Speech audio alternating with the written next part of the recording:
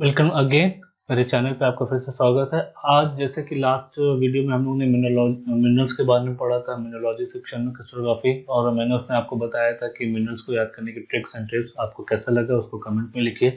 उसी तरह का आज फिर हम लेक्चर लेके आए हैं कॉमन क्रिस्टल क्लासेस। इसमें क्या हम डिटेल में अभी हम बात नहीं करेंगे कॉमन क्रिस्टल क्लासेस में क्या क्या होता है। जैसे से आप सबको मालूम है कि इसमें 7 क्रिस्टल सिस्टम्स होते हैं। जैसे आपको पता है क्यूबिक, और उसके बाद आपका टेट्रागोनल, फिर आपका ऑर्थोरोम्बिक, फिर ट्राइगोनल, फिर हेक्सागोनल, फिर आपका माइक्रोक्लिनिक और ट्राइक्लिनिक। तो उन चीज इसको कैसे याद करना है उसके बारे में थोड़ा थोड़ा बेसिक थोड़ा सा बात करेंगे इस वीडियो में। और डिटेल लेक्चर जो होंगे कि आपको इसको कहाँ से पढ़ना है क्या नहीं पढ़ना है, वो सारी चीज़ें भी आपको पीडीएफ में, जैसे लास्ट टाइम मैंने अपलोड किया था कि मिनरल्स के बारे में आपको टेरल की कहाँ से कहाँ तक पढ़ना है, वो सारी चीज़ें आपको पता है। तो इस वीडियो में हम क्रिस्टल को जो क्लासेस होते हैं, जो 7 क्रिस्टल क्लासेस होते हैं, उनको याद करने का तरीका क्या है इस वीडियो में हम देखेंगे। तो बगैर कोई टाइम वेस्ट के चलिए स्टार्ट करते हैं कॉन्फिडेंट लर्निंग।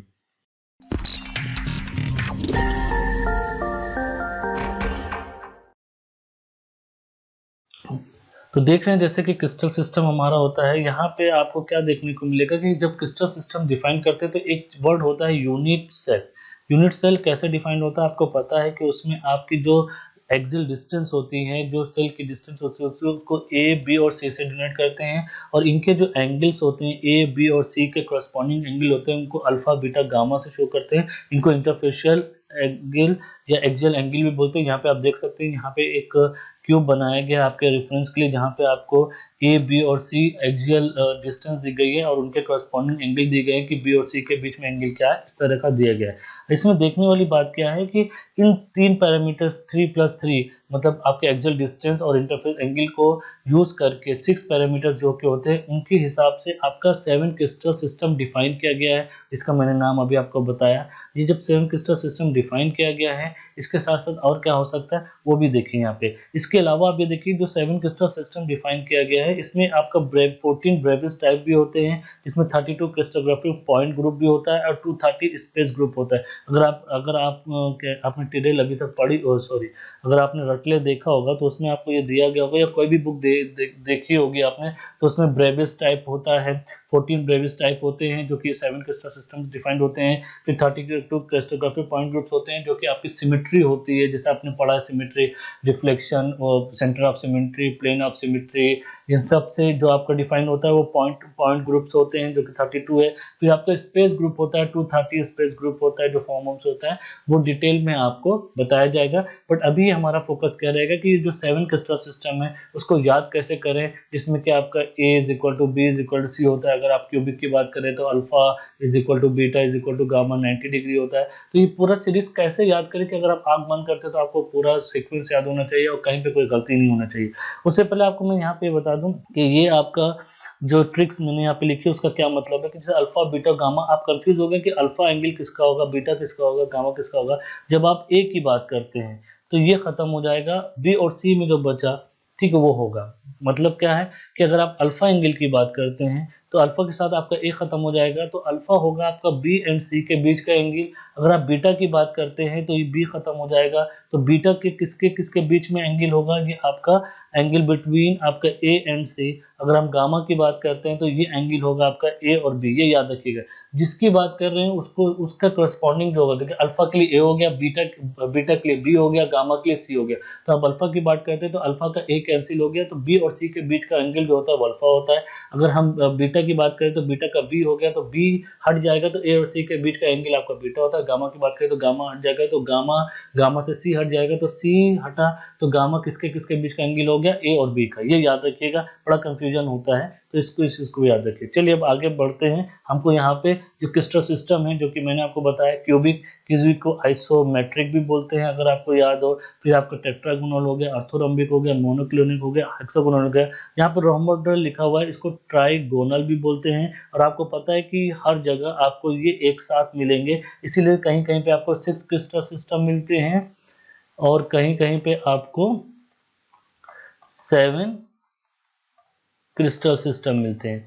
7 कब हो जाता है, जब 6 होता है सिर्फ में सिर्फ आपका हेक्सागोनल को ही यूज किया जाता है। और जब हेक्सागोनल को 2 पार्ट में डिवाइड कर दिया जाता है, जिसमें हेक्सागोनल और आपका ट्राइगोनल दोनों होते हैं तो आपका 7 क्रिस्टल सिस्टम हो जाता है। तो हम यहाँ पे 7 की बात करेंगे, हेक्सागोनल ट्राइगोनल को अलग अलग करके ही बात करेंगे। तो हेक्सागोनल मतलब ट्राइगोनल को रोम्बोहेड्रा भी बोलते हैं। तो नाम को याद करना बहुत जरूरी है। तो ये नाम तो आपको कम समझ याद होना चाहिए। क्यूबिक को आइसोमेट्रिक भी बोलते हैं, फिर tetragonal, orthorhombic, monoclinic, hexagonal, rhombohedral, trigonal. इनका हम सीक्वेंस देखेंगे कि ये जो आपका याद करने का तरीका कि A is equal to B is equal to, तो ये कंफ्यूजन नहीं होना चाहिए, एकदम सीक्वेंशियली आपको पता होना चाहिए और आप आराम से कर लें कि अरे मोनोक्लिनिक में ए इज इक्वल टू बी होता था कि नहीं होता था, अल्फा कितना होता था, या फिर ट्राइक्लिनिक होता था। ट्राइक्लिनिक तो सबसे आसान है, इसमें ना साइड इक्वल होती है ना एंगल इक्वल होता है। कंफ्यूजन होता है क्यूबिक हो गया, टेट्रागोनल हो गया, ऑर्थोरोम्बिक हो गया, हेक्सागोनल हो गया, इस तरह के कंफ्यूजन होते हैं। तो उसी को आज हम दूर करेंगे और उसको याद करने का पूरा तरीका देखेंगे। ये मैंने एक टेबल बनाई है। टेबल में मैंने बहुत कुछ लिखा हुआ है। जैसे यहाँ पे 6 क्रिस्टल सिस्टम की बात की है, फिर 7 क्रिस्टल है। आप 6 में देख सकते हैं हेक्सागोनल है, जबकि आप 7 में देख सकते हैं मैंने इसको 2 पार्ट में किया है। ट्राइगोनल इसका मैंने अलग से भी नाम लिखा है, रोम्बोहेड्रल, फिर हेक्सागोनल, मोनोक्लिनिक, ट्राइक्लिनिक। इसको मैंने अरेंज ऐसा किया कि आपको जब याद करना हो तो आपको आराम से याद हो जाए। उसके बाद यहाँ पे मैंने ट्रिक लिखी है, वो हम देखेंगे। फिर यहाँ पे एज लेंथ जिसको एक्सेल लेंथ बोलते हैं, ABC है। यहाँ पे इंटरफेशियल एंगल आपका वो है।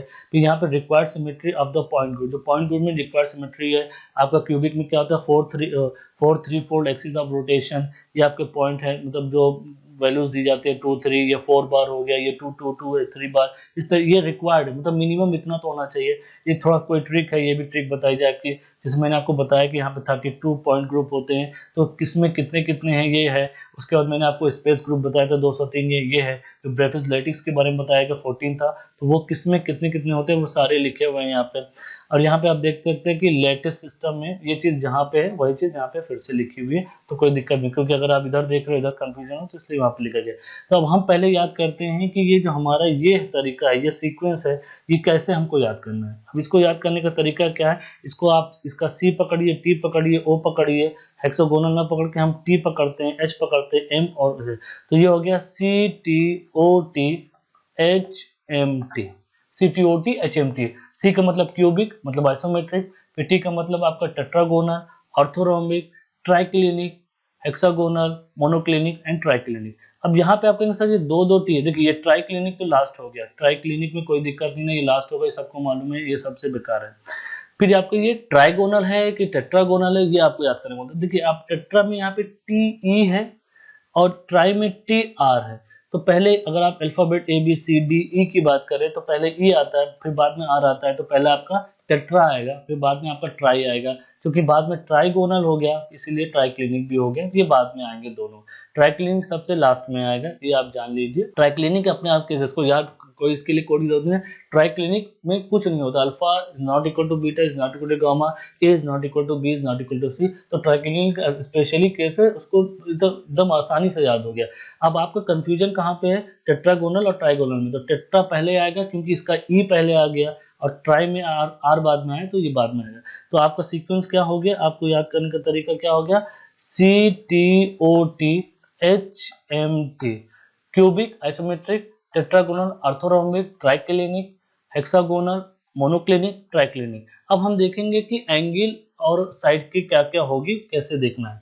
अब देखिए यहाँ पे ट्रिक क्या है इसको याद करने का, इसका है 0 1 2, फिर 0 1 2, फिर 2। जैसे आपने बताया कि ट्राइक्लिनिक स्पेशल केस है, इसको याद करने की जरूरत ही नहीं। इसमें आपका A is not equal to B is not equal to C, alpha is not equal to beta is not equal to gamma, इसको नहीं याद करना। तो फिर आप इसको हटा दिए, फिर क्या 0 1 2 0 1 2 0 1 2 0 1 2 का क्या मतलब है, इसका मतलब सब साइड इक्वल, एक साइड नॉट इक्वल, दो साइड नॉट इक्वल। इसका मतलब क्या है, A is equal to B is equal to C। इसका क्या मतलब हुआ, A is equal to B is not equal to C। इसका क्या मतलब हुआ, A is B is equal to not equal to C। अगर आप ये नहीं याद रखना चाहते तो ऐसे याद रखिए कि क्यूब में सब इक्वल होते हैं। फिर आपका क्या है कि CT टेट्रा में एक साइड, सॉरी वेट इसको क्लियर कर देंगे तो कंफ्यूजन रहेगा बाद में, वो नहीं होना चाहिए। A is equal to B is not equal to C। और थर्ड में क्या होगा कि तीनों इक्वल नहीं है, ये से भी याद कर सकते हैं। या फिर आप 0 1 2 से याद रखिए कि पहला वाला कोई भी सब इक्वल है, एक इक्वल नहीं है, दो इक्वल नहीं है। इसी को रिपीट कर दिए फिर से, A is equal to A, इसी को फिर से रिपीट कर दीजिए आप, तो आपका बन गया A is equal to B is equal to C, A is equal to B is not equal to C, A is equal to B is equal to like this one. फिर से repeat कर दिए। इसका मतलब क्या होगा कि आपका ये पहला सिस्टम है, इसमें सारी साइड इक्वल है, इसमें दो साइड इक्वल है, इसमें एक भी साइड इक्वल नहीं है। फिर उसी तरह हो गया, सारी साइड इक्वल, दो साइड इक्वल और एक भी साइड इक्वल नहीं है। तो ये याद करने का तरीका हो गया। ठीक है, 012 012 ये हो गया आपका। ठीक है, अब आपका हमारा आता है, ये देख लीजिए। अब हम आते हैं एंगल की बात करते हैं। एंगल क्या है? एंगल बहुत आसान है। इनका जो फर्स्ट थ्री है, ठीक है, इसमें आपका alpha is equal to beta is equal to gamma is equal to 90 degree. ये तीनों के लिए सेम है। अब जैसे हमने आपको ट्राइक्लिनिकली बताया, इसका कोई भी सेम नहीं है, तो ये भी खत्म हो गया। अब हमको क्या बचा? ये जो तीन है इनको याद करना है। इसको कैसे याद करना है ये देखते हैं। चलिए, इसमें आप देखिए, जैसे मैंने आपको बताया, ये तीन जो आपके हैं, तीनों के तीनों इक्वल है। यहाँ पे कुछ नहीं करना आपको। सीटीओ जो है आपका, सीटीओ में आपका alpha is equal to beta is equal to gamma is equal to 90 degree है। तो ये आपका सीक्वेंस खत्म हो गया। सीटीओ में तीनों तीनों आपके 90 डिग्री हैं। फिर लास्ट वाला क्या है आपका? लास्ट वाला मैंने क्या बताया? Alpha is equal to beta is equal to not equal to gamma. ये आपका नॉट इक्वल टू है। ट्राइक्लिनिक भी खत्म हो गया। अब हमारे पास बचता है 1 2 और ये 3। यहाँ पे थोड़ा सा फर्क है, बस उसमें भी कुछ नहीं ना। अब आपको जैसे पता है कि हेक्सागोनल में जो एंगल होगा वो 20 डिग्री होगा, तो एक एंगल तो 120 डिग्री हो गया, ये याद रखिए। एक एंगल 120 डिग्री हो गया, ये आपका गामा 120 डिग्री हो गया। फिर बचा अल्फा बीटा, तो अल्फा और बीटा आपका 90 डिग्री होता है। ये स्पेशल केस है, इसको आप याद रखते हैं तो खत्म हो गया आपका। उसके बाद क्या है? ट्राइक्लिनिक बचा, मोनोक्लिनिक बचा। क्या है आपका? Alpha beta gamma is not equal to 90 degree होता है। बहुत सिंपल है। इसमें क्या होता है? Alpha is equal to gamma 90 degree होता है, जबकि बीटा 90 डिग्री नहीं होता है। बस इतना ही फर्क है। तो आपको याद करने का तरीका कितना आसान था ये आप समझ लीजिए। फिर से कैसे करना है? इन तीन का, सीटीओ का तो सब इक्वल हो गया। Alpha is equal to beta is equal to gamma is equal to 90 degree. फिर उसके बाद आपका ट्राइक्लिनिक बचा, इसमें आपका कोई भी इक्वल नहीं होता है। तो 4 हो गए, अभी 3 बचा है। 3 में आपका हेक्सागोनल है। हेक्सागोनल में बताया कि एक जो एंगल होता है 120 डिग्री होता है, जो बचा वो आपका 90 डिग्री हो गया। अब हमारे पास क्या बचा? ये भी हो गया, ये भी हो गया, ये भी। अब 2 बचे। क्या बचा? ट्राइक्लिनिक और मोनोक्लिनिक। मोनोक्लिनिक में क्या होता है कि अल्फा और जो गामा होता है वो 90 डिग्री होता है, जबकि बीटा 90 डिग्री नहीं होता है। और आपका ट्राइक्लिनिक में ये तीनों आपके गामा ये 90 डिग्री नहीं होते हैं। ठीक है, ये 90 डिग्री नहीं होती, ये स्पेशल केस है हेक्सागोनल का। ठीक है, कोई दिक्कत की बात नहीं है। अगर आपको इसको नहीं याद करना है तो मत याद करिए, आप ये सिर्फ इतना याद कर लेंगे तो भी चलेगा। बट बहुत सिंपल है, इसको याद करने में कोई दिक्कत की बात नहीं। देखिए आपके पास 7 थे, आपने 4 तो फौरन के फौरन ही हटा दिए, 4 क्या 5 पूरा हटा दिया।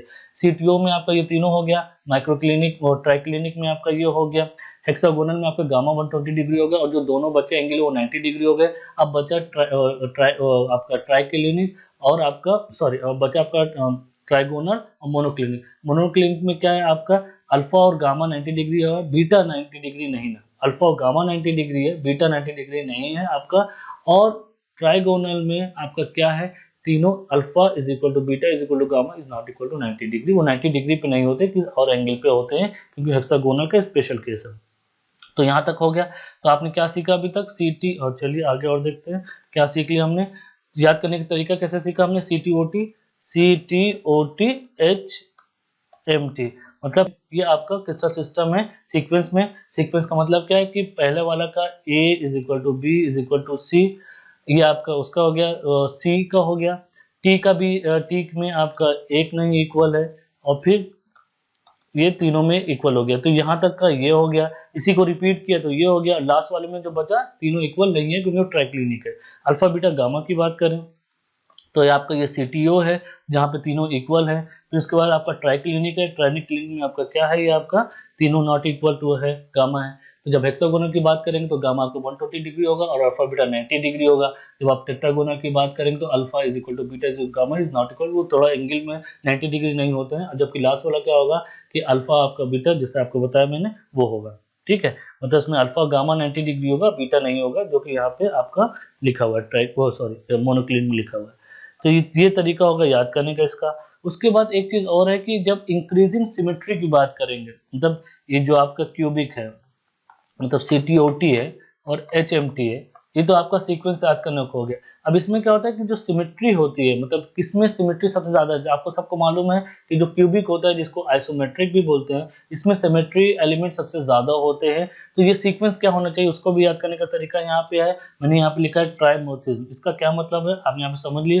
ट्राई का मतलब हो गया ट्राइक्लिनिक, एम का मतलब होगा मोनोक्लिनिक, ऑर्थोरोम्बिक, टेट्रागोनल, हेक्सागोनल, और आइजिन का मतलब यहाँ पे ये आपका ये आइसोमेट्रिक से है, क्यूबिक। ठीक है, तो इसमें आप इंक्रीजिंग ऑर्डर पे मतलब सबसे कम जो सिमेट्री होती है वो ट्राइक्लिनिक में होती है, उससे ज्यादा मोनो हो सकता है किसी में दोनों की बराबर हो, मोनोक्लिनिक, ऑर्थोरोम्बिक। इसमें समझ लीजिए कि आपका यहाँ में 6 क्रिस्टल सिस्टम हम मैंने लिया है।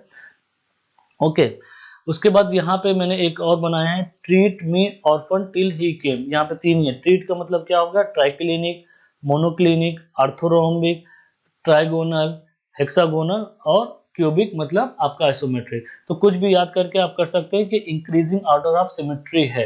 ओके, तो दोनों में से जो भी आपको अच्छा लगे वो करें। इससे आपको पता चल जाए कि ट्राइक्लिनिक में सबसे कम सिमेट्री होती है और क्यूबिक में सबसे ज्यादा होती है, और इन बिटवीन यहाँ पे कुछ और आपके क्रिस्टल सिस्टम है जिनको आप अगर आपसे पूछा जाए कि इंक्रीजिंग ऑर्डर क्या है, तो ये भी एक तरीका उसको याद करने का है।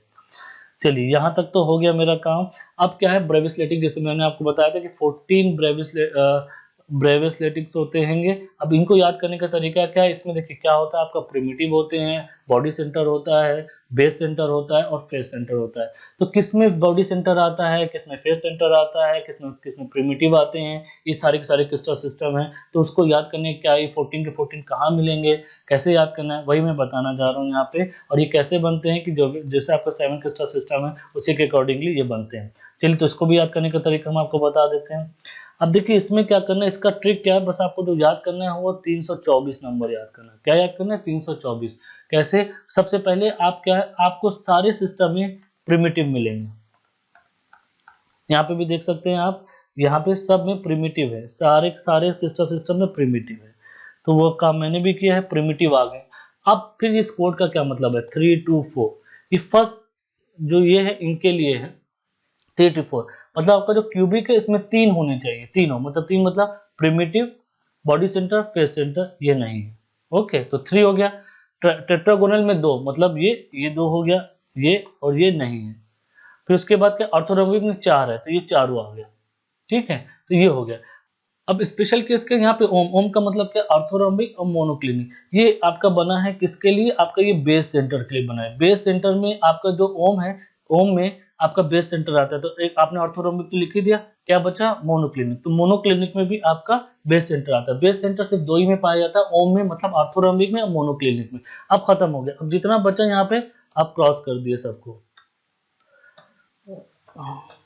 देखिए 1 2 3 4 5 6 7 8 9 10 11 12 13 14, तो 14 आ गए। यहाँ पे कुछ नहीं करना था। आप कहे तो फिर से किया जा सकता है इसको। चलिए फिर से एक बार कर लेते हैं। यहाँ पे आपको याद करने के लिए मैंने क्या बोला कि प्रिमिटिव में सारे प्रिमिटिव एक सब जगह आते हैं। ये आपका प्रिमिटिव हो गया। उसके बाद एक मैंने आपको नंबर बताया 3 to 4। 3 to 4 का मतलब क्या हुआ, क्यूबिक, टेट्रागोनल, ऑर्थोगोनल। ये उसी सीक्वेंस में जिस सीक्वेंस में मैंने आपको याद कराया, CTOT HMT। तो कोई दिक्कत नहीं है। आपका सी में क्या आ गया, 3 हो गया। 3 का मतलब ये 3 आ गया, ये क्रॉस हो गया। फिर आपका 2 है, टेट्रागोनल में 2 है तो ये हो गया, ये दोनों क्रॉस हो गए। उसके बाद ऑर्थोरोम्बिक में आपका सारे हो गए। उसके बाद एक स्पेशल केस हमने आपको दिया ओम का। ये आपका बॉडी से बेस सेंटर का है। बेस सेंटर में ओम का मतलब ऑर्थोरोम्बिक, जो कि ऑलरेडी लगा चुके हैं। एम का मतलब है मोनोक्लिनिक, तो ये आपने मोनोक्लिनिक में यहाँ पे लगा दिया। उसके बाद जो बचा उसको आप क्रॉस करते जाइए। इसमें आपका कोई भी ब्रेविस्लेटिस नहीं है। अब काउंट कर लिए, 1 2 3 4 5 6 7 8 9 10 11 12 13 14। ये आपके 14 के 14 हैं जो कि यहाँ पे आपके बने हुए हैं। ये तरीका था ब्रेविस्लेटिस किसमें कौन कौन से होते हैं उसको याद करने का, और इससे ज्यादा तो कुछ नहीं है। अगर आपको ये ट्रिक्स एंड ट्रिक्स अच्छी लगी हो तो इसको जरूर करिए। मेरी पूरी कोशिश है कि पहले मैं कुछ चीज़ों आपको अच्छे से बता दूं आपका, ताकि ये सब चीज़ें आपको याद रहेंगी तो आपको अच्छा लगेगा काम करने में।